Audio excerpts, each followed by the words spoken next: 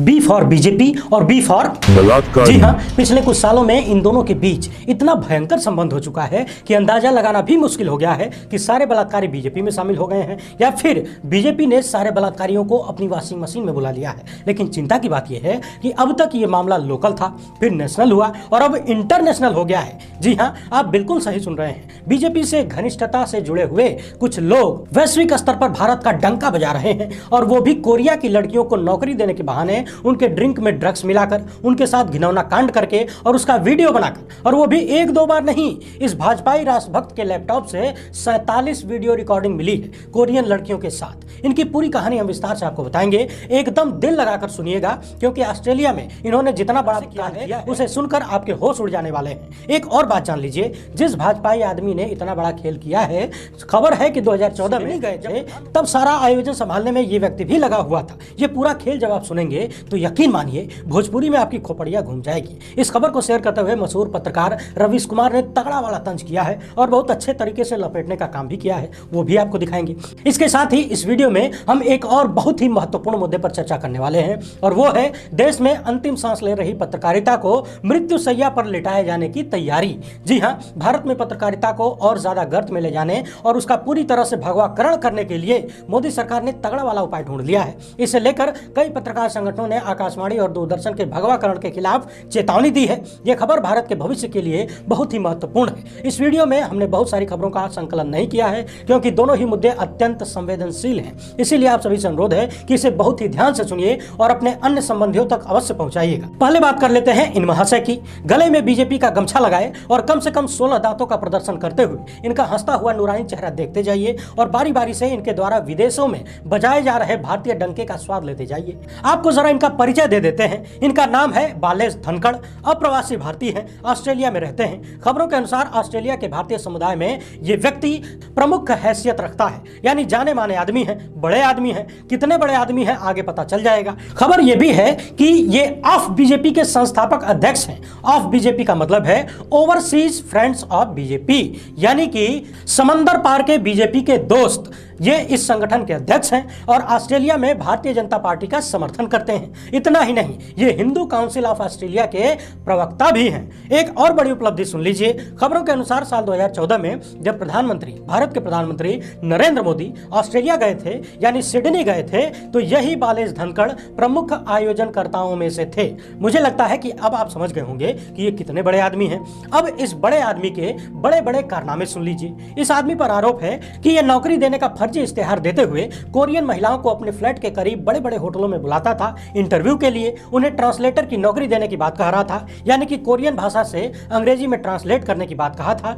इसके बाद उन महिलाओं को ड्रिंक पिलाई जाती थी। ड्रिंक में कोई नशीला पदार्थ मिलाकर लड़कियों को बेहोश किया जाता था। इसके बाद ये महाशय धर्म की रक्षा करते थे और भारत का डंका विदेशों में बजाया करते थे। और इतना ही नहीं, बाकायदा उसकी शूटिंग भी किया करते थे, यानी कि वीडियो भी बनाया करते थे। इनके लैपटॉप से पुलिस को 47 वीडियो रिकॉर्डिंग मिली है। सन 2018 में जनवरी से अक्टूबर के बीच, यानी कि 10 महीनों के भीतर इनके ऊपर रेप के 13 मामले दर्ज हुए। खबर है कि अभी 5 महिलाओं के साथ कथित रूप से बलात्कार के मामले में इन पर सुनवाई चल रही है। इस खबर को मशहूर पत्रकार रवीश कुमार ने भी शेयर करते हुए लिखा है कि ऑस्ट्रेलिया से खबर आ रही है कि वहां की अदालत में एक अप्रवासी भारतीयों के खिलाफ 5 लड़कियों को कथित रूप से नशा देकर उनके साथ बलात्कार करने और वीडियो बनाने का आरोप लगा है। 5 लड़कियां कोरिया की बताई गई हैं। बलात्कार का वीडियो इस भारतीय ने बनाया।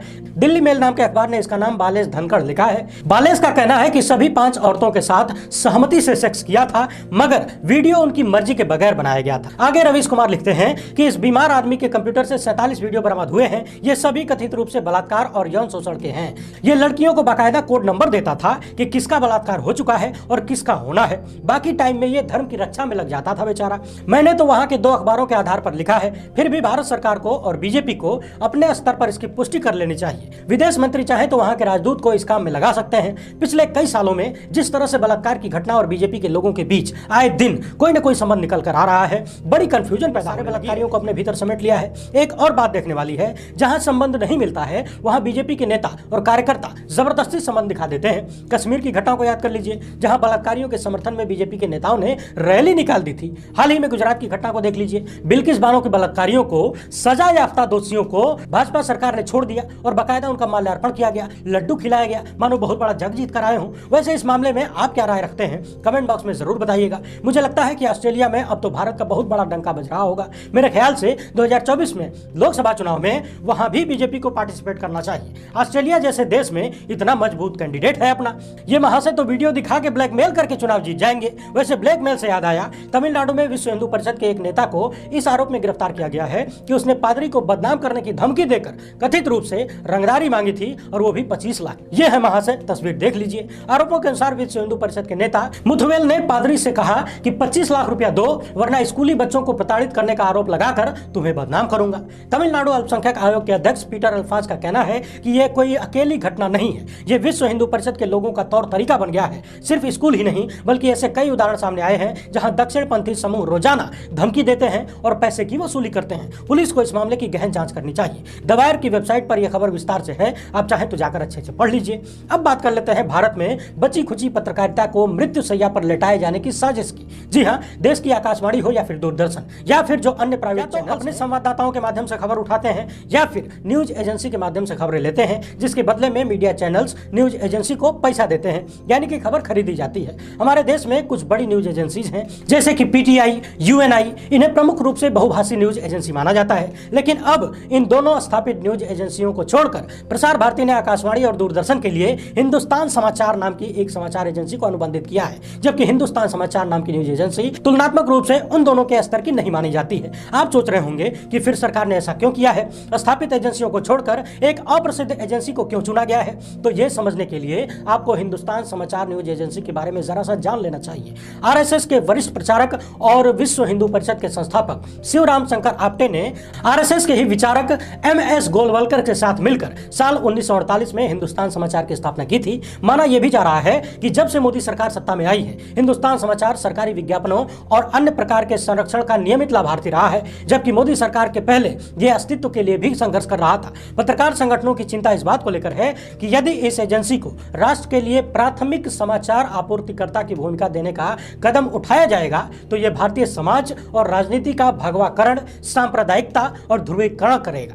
यह सत्तारूढ़ दल के विरोधी राजनीतिक दलों के लिए भी एक गंभीर खतरा है। कुछ घटनाएं ऐसी हो जाती हैं जिनका तत्काल असर नहीं दिखता है, लेकिन धीरे धीरे उनका असर इतना गंभीर होता है कि बहुत कुछ बर्बाद हो जाता है। पत्रकार संगठनों की ये जो चिंता है कि आकाशवाणी और दूरदर्शन का भगवाकरण किया जा रहा है, इसमें तनिक भी संदेह नहीं होना चाहिए। देश में मीडिया पहले से ही कोमा में जा चुका है। ऐसे में इस तरह के प्रयास देश में स्वतंत्र पत्रकारिता पर फुल स्टॉप लगाने की मंशा को पूरा करने की खतरनाक साजिश है। हालांकि एक सच ये भी है कि वो गोदी मीडिया हो या फिर देश के सरकारी न्यूज चैनल हो, वो आकाशवाणी ले लीजिए या फिर टीवी चैनल ले लीजिए, सब पर पहले से ही भगवाकरण जारी है। मगर फिर भी इसके बावजूद यदि इस तरह का काम हो रहा है, यदि हिंदुस्तान समाचार एजेंसी को प्राइमरी एजेंसी बना दिया जाता है, तो यह स्थिति और भी ज्यादा गंभीर होने वाली है। वीडियो पसंद आया हो तो ज्यादा से ज्यादा लोगों तक पहुंचाइए। हमसे जुड़ने के लिए बहुत बहुत धन्यवाद। जय हिंद।